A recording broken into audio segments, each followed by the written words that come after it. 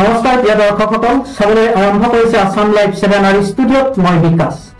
প্ৰিয় আমগুৰিবাসী, আমগুৰিৰ পথাচাৰীৰ জীৱন, আমগুৰিৰ পথাচাৰীৰ আয়ুস বাৰু এতিয়া কোনে নিৰ্ধাৰণ কৰে? আপোনালোকে হয়তো ভাবিছে মই কেনেধৰণৰ প্ৰশ্ন কৰিছো। হয়, আমগুৰিৰ পথাচাৰীৰ জীৱন এতিয়া নিয়ন্ত্ৰিত নহয় স্বইচ্ছাৰ। আপোনাৰ জীৱন, আপোনাৰ আয়ুস এতিয়া নিৰ্ধাৰণ নকৰে অবিশ্বজনে।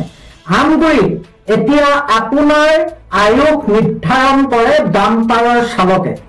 হয়, ডাম্পাৰৰ চালকৰ ইচ্ছা অনিচ্ছাত আপোনাৰ আয়ুস দীঘলীয়া হ'ব পাৰে বা ইচ্ছা কৰিলে তেখেতসকলে আপোনাৰ আয়ুস হ্ৰাস কৰিব পাৰে। ডাম্পাৰৰ চালকৰ ওপৰতে নিৰ্ভৰ কৰে আপোনাৰ ভৱিষ্যত, আপোনাৰ ভাগ্য।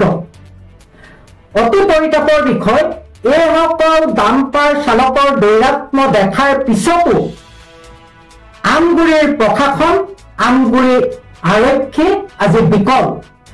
কোন অদৃশ্য শক্তিৰ প্ৰভাৱত এইসকল ডাম্পাৰৰ মালিক, এইসকল ডাম্পাৰৰ চালকে এনেধৰণৰ সন্ত্ৰাস সৃষ্টি কৰিব পাৰিছে সৰ্বসাধাৰণ জনতাৰ ওপৰত?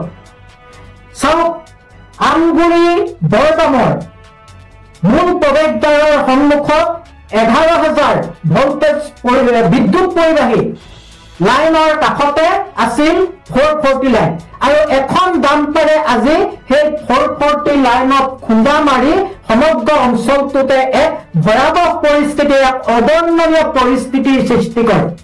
আপোনালোকে জ্ঞাত যে পূৰ্বতেও এনেধৰণৰ ডাম্পাৰ চালকৰ দৌৰাত্ম্যত আমগুৰিবাসী সন্ত্ৰাসিত হৈ থাকিব লগা হৈছে। পুনৰবাৰ এনেধৰণৰ কাৰ্য সংগঠিত কৰি আহিছে ডাম্পাৰ চালকসকলে। তাৰ পিছতো কিন্তু নীৰৱ প্ৰশাসন, কোনো ভূমিকা নাই, কোনো গুৰুত্ব নাই, জনসাধাৰণৰ জীৱনৰ প্ৰতি তেওঁলোকৰ কোনো দায়বদ্ধতা নাই, নিষ্ক্ৰিয় আমগুৰি আৰক্ষী।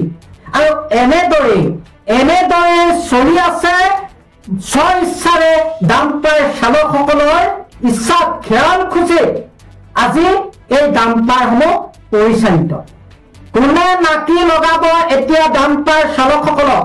কোনে নাকি লগাব এইসকল ডাম্পাৰৰ ব্যৱস্থাটো? আজিৰ দিনত ই এটা বৃহৎ প্ৰশ্ন। আমি আপোনালোকক দেখুৱাইছো কেনেধৰণৰ পৰিস্থিতিৰ সৃষ্টি হৈছে আমগুৰি বৰগামৰ মূল প্ৰৱেশদ্বাৰৰ সন্মুখৰ সেই পথছোৱাত। চাওঁ আহক।